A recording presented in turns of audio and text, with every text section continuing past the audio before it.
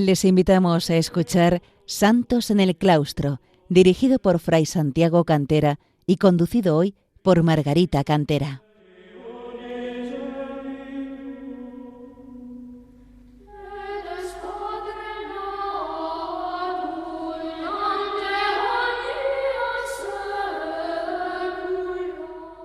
Queridos oyentes de Radio María, bienvenidos al programa Santos en el Claustro, en el que mi hermano Santiago y yo intentamos acercar al hombre en nuestro tiempo la vida y enseñanzas de tantos santos que han forjado su cercanía a Dios en la vida retirada de los claustros monásticos o en la soledad de los eremitorios. Anuncié hace unas semanas, al hablar de las beatas mártires capuchinas y de una agustina religiosa al monasterio de la Inmaculada Concepción, San José y Beata Inés de la Villa Valenciana de Benigànim, que dedicaría mi atención a esa Beata Inés que da nombre al monasterio. Se trata de una religiosa que vivió en el siglo XVII y fue beatificada en 1888 por el Papa León XIII, la Beata Josefa Teresa de Santa Inés, o más comúnmente Beata Inés de Benigànim. Su vida la conocemos a través de la información recogida para el proceso de beatificación que se comenzó al poco de morir, así como por dos biografías redactadas a principios del siglo XVIII, una de ellas por su confesor. Más recientemente se han publicado otras, entre las que destaco la de José Sánchez Llopis. El monasterio fue fundado el año 1611 entre graves dificultades económicas, que sin embargo no impidieron su consolidación y crecimiento en medio de un clima de santidad que atrajo muchas vocaciones. Una bella muestra de ello es la de nuestra Beata, cuya vida refleja la grandeza de Dios en las cosas pequeñas y humildes, pues fue ejemplo de sencillez, entrega y bondad. Josefa Teresa nació el 9 de febrero de 1625, siendo la primera hija de un humilde matrimonio de esa localidad de Benigànim. Su hermano gemelo Agustín murió a los pocos días. El ambiente familiar era de profunda religiosidad, especialmente destacada en su madre, que la acompañó, que la acostumbró a rezar todas las noches desde muy pequeña. Y en torno a esta práctica su madre contó muchos años después de haber sucedido un acontecimiento extraordinario, que refleja cómo Dios la rodeó desde muy pequeña. Cuando la niña tenía unos 5 o 6 años, una noche ya de madrugada, observó su madre que estaba rezando de rodillas porque se había olvidado de rezar antes de acostarse. Pero lo sorprendente era que estaba elevada del suelo unos 60 centímetros. Cuando Teresa tenía 8 años falleció su padre y la niña, junto con su hermana María, de 4 años, fueron encomendadas al cuidado de su tío Bartolomé Tudela, que vivía en la misma localidad. Dedicada a ayudar a sus tíos en las tareas domésticas, no aprendió ni siquiera a leer ni escribir, aunque eso sí, seguía practicando una vida de profunda religiosidad. Asistía frecuentemente a misa y ofrecía hacer todas las cosas bien con amor a Dios y por amor de Dios. A los 14 años tuvo su primera visión de nuestro Señor Jesucristo, el Nazareno de la O, como ella le llamaba, quien le preguntó si la quería por esposo, porque él sí la quería por esposa. Aunque muy sorprendida, Teresa Josefa respondió: «Sí, mi Señor, yo os quiero por mi esposo y no quiero a ningún hombre de la tierra». Al contar esta experiencia a su párroco, éste quedó muy sorprendido, porque siendo una joven muy piadosa, intelectualmente iba algo atrasada. El párroco le aconsejó que mantuviera la práctica frecuente de los sacramentos, mientras crecía en Josefa Teresa, como objetivo verdadero de su vida, el deseo de amar a Dios y mantenerse siempre en la presencia de Jesucristo. Resumía este ideal en la frase: amar a Dios con todas mis fuerzas, con toda mi alma, con todo mi ser, y al prójimo como a mí mismo, por Dios y para Dios. Desde muy joven mostró su deseo de ser monja, y así se lo manifestó en varias ocasiones a las religiosas del monasterio de la Inmaculada Concepción de su localidad de Benigànim, cuando acudía a llevar algún encargo de su tío. Y pedía a las monjas que la admitieran, pues si era cierto que no podía pagar la dote, se comprometería a hacer todo trabajo y servicio que le pidieran. Pero no era solo la falta de recursos económicos lo que podía dificultar su ingreso en el monasterio. Era también su incultura y lo que algunos consideraban un cierto retraso intelectual. De todos modos, ante la insistencia de Josefa Teresa, las monjas decidieron someterla a un periodo de 8 meses de prueba antes de dar su consentimiento al ingreso en el monasterio. Y así, al cumplir los 18 años y superar con creces este trance, en junio de 1644 vistió el hábito de Agustina descalza, con la inmensa alegría de cumplir su sueño de ser esposa de Jesucristo. En los meses de prueba se había puesto de manifiesto su fortaleza física para el trabajo, la falta total de formación intelectual y lo limitado de su inteligencia, pero también un gran amor a la virtud y un rico conocimiento de la vida religiosa. En agosto de 1645 hizo la profesión solemne, adoptando el nombre de Josefa María de Santa Inés. Su profesión fue como hermana lega, es decir, destinada a realizar los trabajos de servicio del monasterio. Desde muy pronto fue querida por sus compañeras de claustro debido a su humildad, sencillez e inocencia, dando muchas pruebas de esta última, motivo por el que con frecuencia la llamaban la niña, pues afirmaban que su inteligencia era semejante a la de una niña. Su vida en el convento estuvo rodeada de numerosos hechos extraordinarios y éxtasis, visiones de nuestro Señor que a menudo se le presentaba como niño ricamente vestido. Estos hechos los vivía con la mayor naturalidad, como también la compañía cotidiana de los ángeles y hasta el mismo Jesucristo, mientras realizaba las tareas propias de la cocina.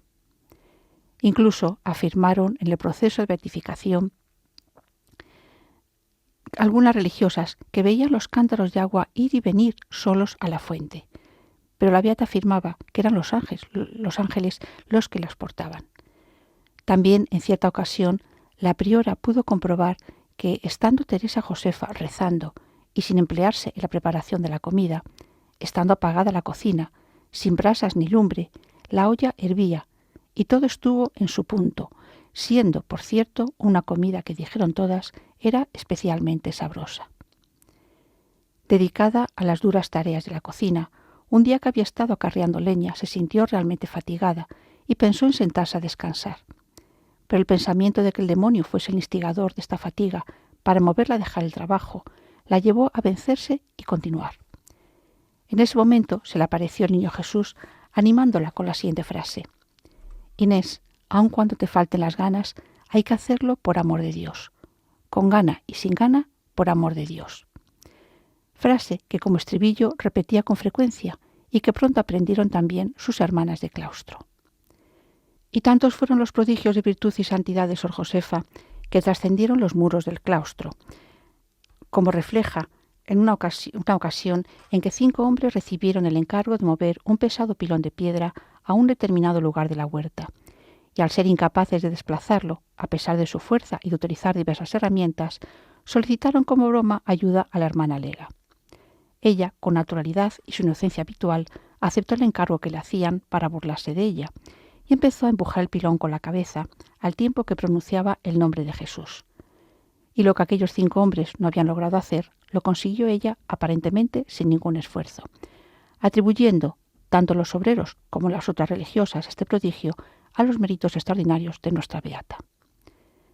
Como reconocimiento de sus virtudes, en 1663, el arzobispo de Valencia, con el beneplácito de la comunidad, la elevó de religiosa lega a hermana de coro. Y como no sabía leer ni escribir, se decidió sustituir su obligación de rezar el oficio divino por la oración mental, que sabía hacer sin haber recibido ninguna lección humana para ello, y además la recitación de 104 Padre Nuestros. Recordemos que este es precisamente el origen del rezo del rosario. Aquellos hermanos conversos de los monasterios medievales que no podían cantar los salmos por su analfabetismo rezaban Padre Nuestros y Ave Marías encadenados, hasta que Santo Domingo de Guzmán reguló de forma casi definitiva la oración del rosario. A pesar de su condición de hermana de coro, Sor Josefa siguió ocupándose de los duros trabajos de la casa y de la huerta, pero dedicando también tiempo a la oración y contemplación del Señor, movida siempre por un sentimiento de profunda humildad. Pero nuestro Señor quería que participase plenamente en el rezo del oficio divino, y como ella declaró, la instruyó él mismo. Así, sin saber leer ni escribir, todos los días cantaba y recitaba perfectamente el oficio, provocando una vez más el asombro de sus hermanas. Como digo, su fama trascendió los muros del monasterio, de modo que eran numerosos los eclesiásticos que acudían al convento para consultar asuntos delicados y complejos con la religiosa. Es el confesor de la beata quien transmite la noticia, señalando entre esas personas al que poco después fue elegido obispo de Plasencia y a un secretario del Tribunal de la Inquisición. Incluso la reina Mariana de Austria, madre de Carlos II, y don Juan José de Austria, hermano de Felipe IV, le consultaban en algunas circunstancias, pues a pesar de su falta de instrucción, la inspiración divina ponía en su boca sabios consejos. También sabemos que 2 representantes de ese tribunal fueron comisionados para examinar las virtudes de Sor Josefa. La respuesta que dio uno de ellos, después de una larga entrevista, fue que en esta alma no conocía que pudiese tener entrada el demonio. Desde ese momento, este fraile franciscano, el padre Juan Mancebón, también buscaba en ella su conversación espiritual tan provechosa para su alma. Siendo modelo de la virtud de la humildad, la beata Inés, Sor Josefa María de Santa Inés, fue también modelo de todas las otras virtudes, tanto teologales como cardinales, y asimismo modelo en el cumplimiento de las normas de vida de su orden religiosa, de modo que sus hermanas recordaban cómo las animaba a vivir las virtudes diciéndoles: ¿qué querremos hacer en la última hora de nuestra vida? También fue ejemplo de fortaleza, pues a pesar de muchos sufrimientos físicos que tuvo que soportar, nunca se quejó ni la vieron de caída de ánimo. Nunca protestó de los trabajos que se le encargaban, ni tomaba más reposo que el autorizado por la priora o el médico. Tampoco aflojaba las mortificaciones, pese al esfuerzo físico que a menudo tenía que hacer en sus tareas diarias. Las visiones que tenía le llegaron a provocar dudas sobre la veracidad de las mismas, y ello siempre movida por su sincera humildad. Pidió consejo al confesor porque le decía: «Padre, yo no sé si estas cosas serán imaginaciones mías o engaños del demonio. Vuestra reverencia, examínalas y dígame lo que debo hacer, porque yo soy una ignorante y de esto no entiendo nada. Yo no deseo otra cosa sino servir y amar a Dios». Y manifestaba su asombro, pensando que a pesar de ser una gran pecadora, como ella se consideraba, el Señor la trataba con tantísima amabilidad, afirmando que debería otorgar esas gracias a las otras religiosas porque eran mucho mejores que ella y las aprovecharían mejor. Hacemos en este momento una pausa para escuchar a las monjas agustinas descalzas de Murcia cantar a nuestro Señor.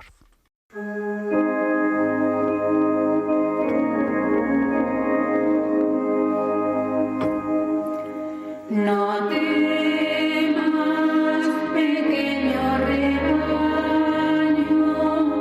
que nada te ha de faltar.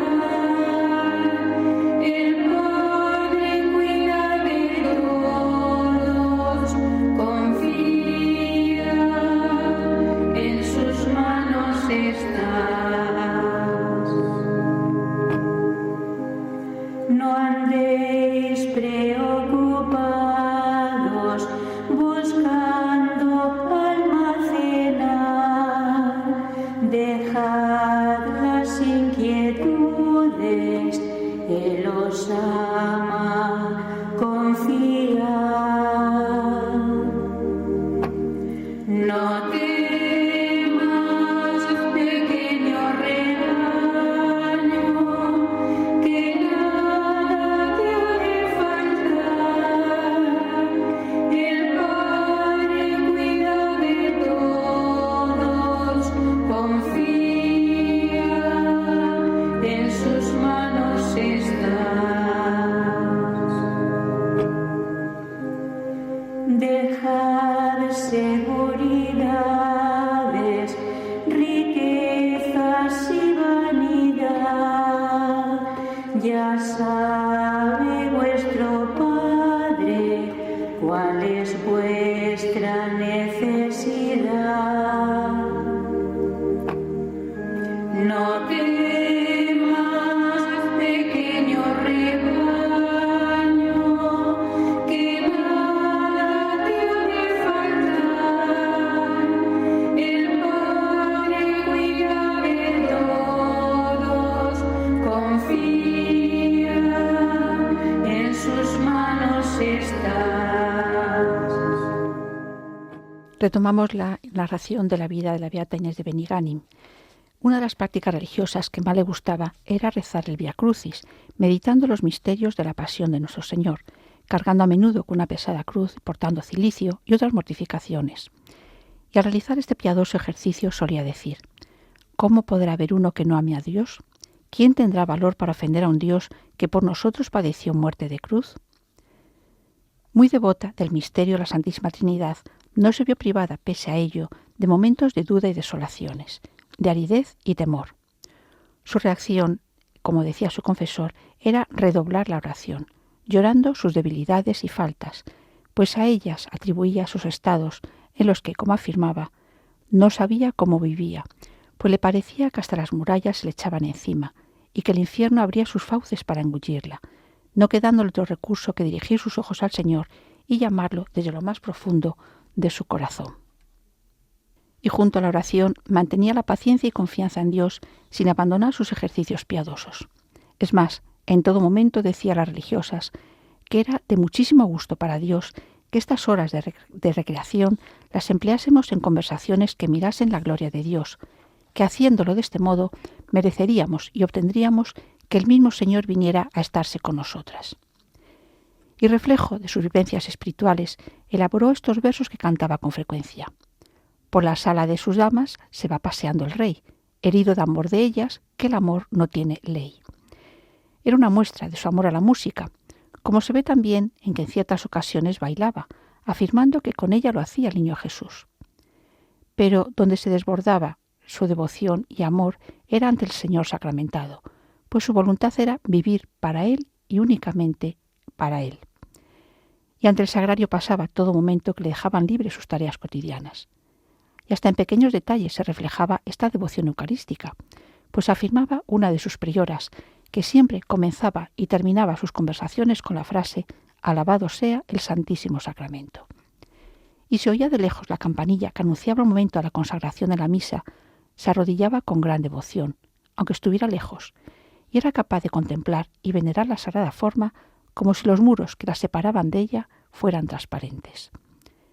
Y aún más, algo que podemos imitar fácilmente, afirma su confesor que, no contenta con venerarlo y adorar al Santísimo Sacramento del altar en su iglesia de Benigànim, frecuentemente lo veneraba y adoraba en espíritu en todas partes del mundo, donde el Señor se encuentra sacramentado, e invitaba a los ángeles que le acompañasen en estas excursiones y adoraciones eucarísticas.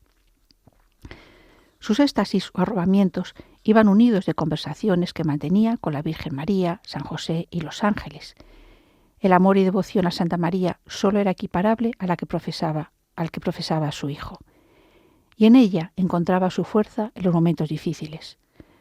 Por ello animaba a los que se sintiesen tentados a acudir a su ayuda rezando 3 Avemarías a diario, porque afirmaba: ¿qué sería de nosotros si no tuviéramos por madre a la Santísima Virgen?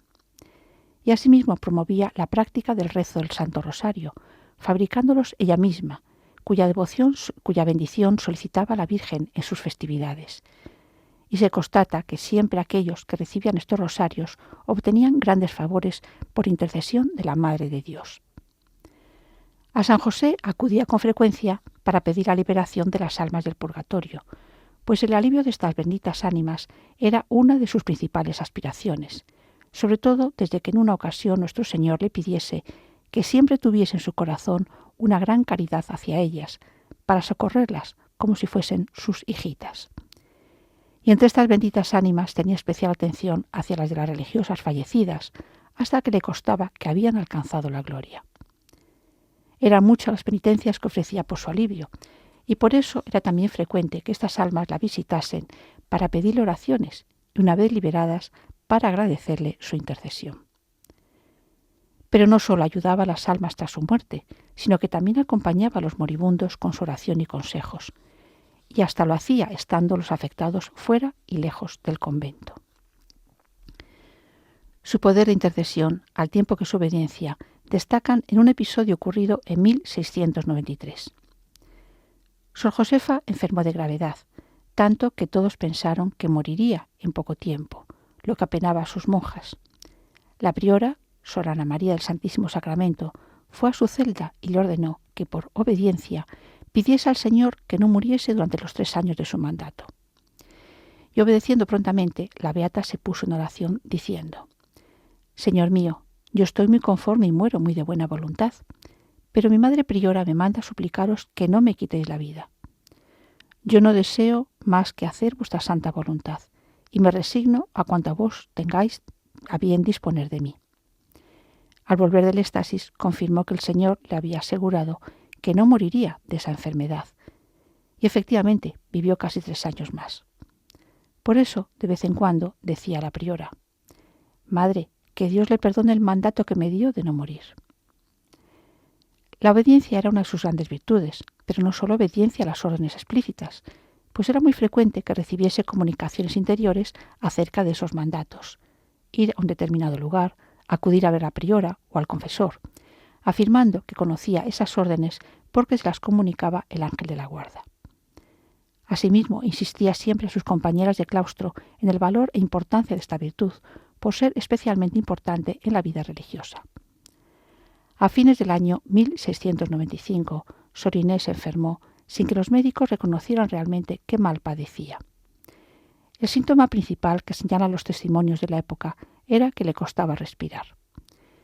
Falleció tras recibir los sacramentos el día de Santa Inés, 21 de enero del año 1696, en medio de una bella visión de la Virgen, San José y otros santos que venían a buscarla para llevarla a la gloria.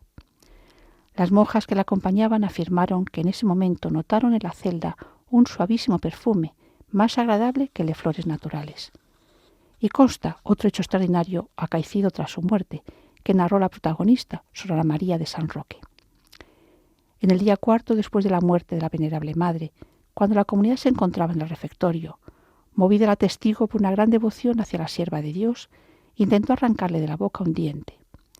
Fue entonces cuando se verificó un gran prodigio, pues habiendo hecho suficiente fuerza para extraerlo, no solo no pudo sacarlo, sino que por el contrario, comenzó a salir sangre líquida gota a gota de la encía de la venerable madre, en igual forma que si hubiera estado viva.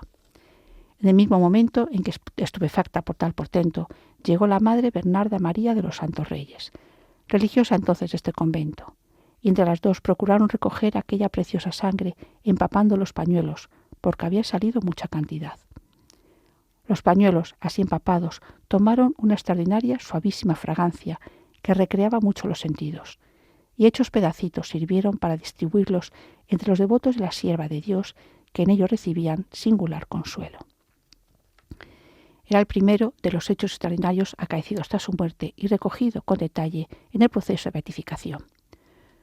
Durante 4 días estuvo el cuerpo en la iglesia, cerca de la reja, y allí acudieron muchísimos fieles de todas condiciones sociales a venerar a la que tenían por santa, pidiendo que pasaran por el cuerpo diversos objetos religiosos, especialmente rosarios, que recordemos fue una de sus grandes devociones. Afirmaron los testigos que el cuerpo se mantuvo flexible y que desprendía una suave fragancia, que fueron numerosos los milagros obrados por su intercesión antes y después del entierro, hechos de los que se dio cumplida cuenta en el proceso de beatificación, consolidando la fama de santidad que tenía. Este proceso de beatificación tardó en dar fruto, pues solo en 1838 fue declarada venerable y beatificada en 1888. Pero la vida ejemplar de la Beata Inés movió a muchas jóvenes, tanto en su vida como tras su muerte, a ingresar en el monasterio con deseos de imitar sus virtudes.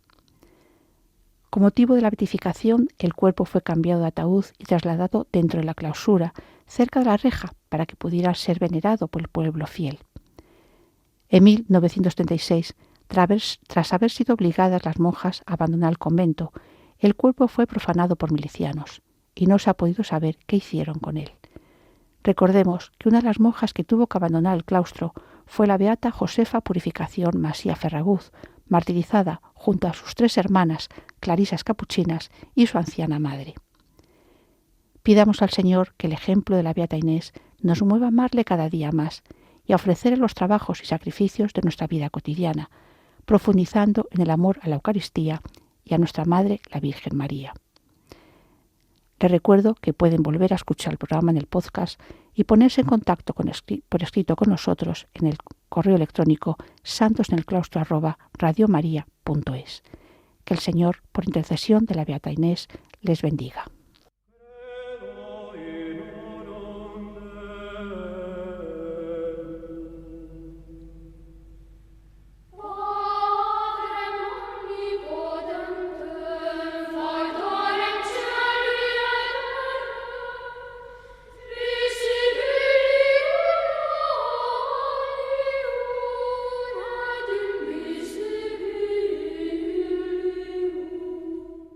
Han escuchado en Radio María Santos en el Claustro, dirigido por Fray Santiago Cantera y conducido hoy por Margarita Cantera.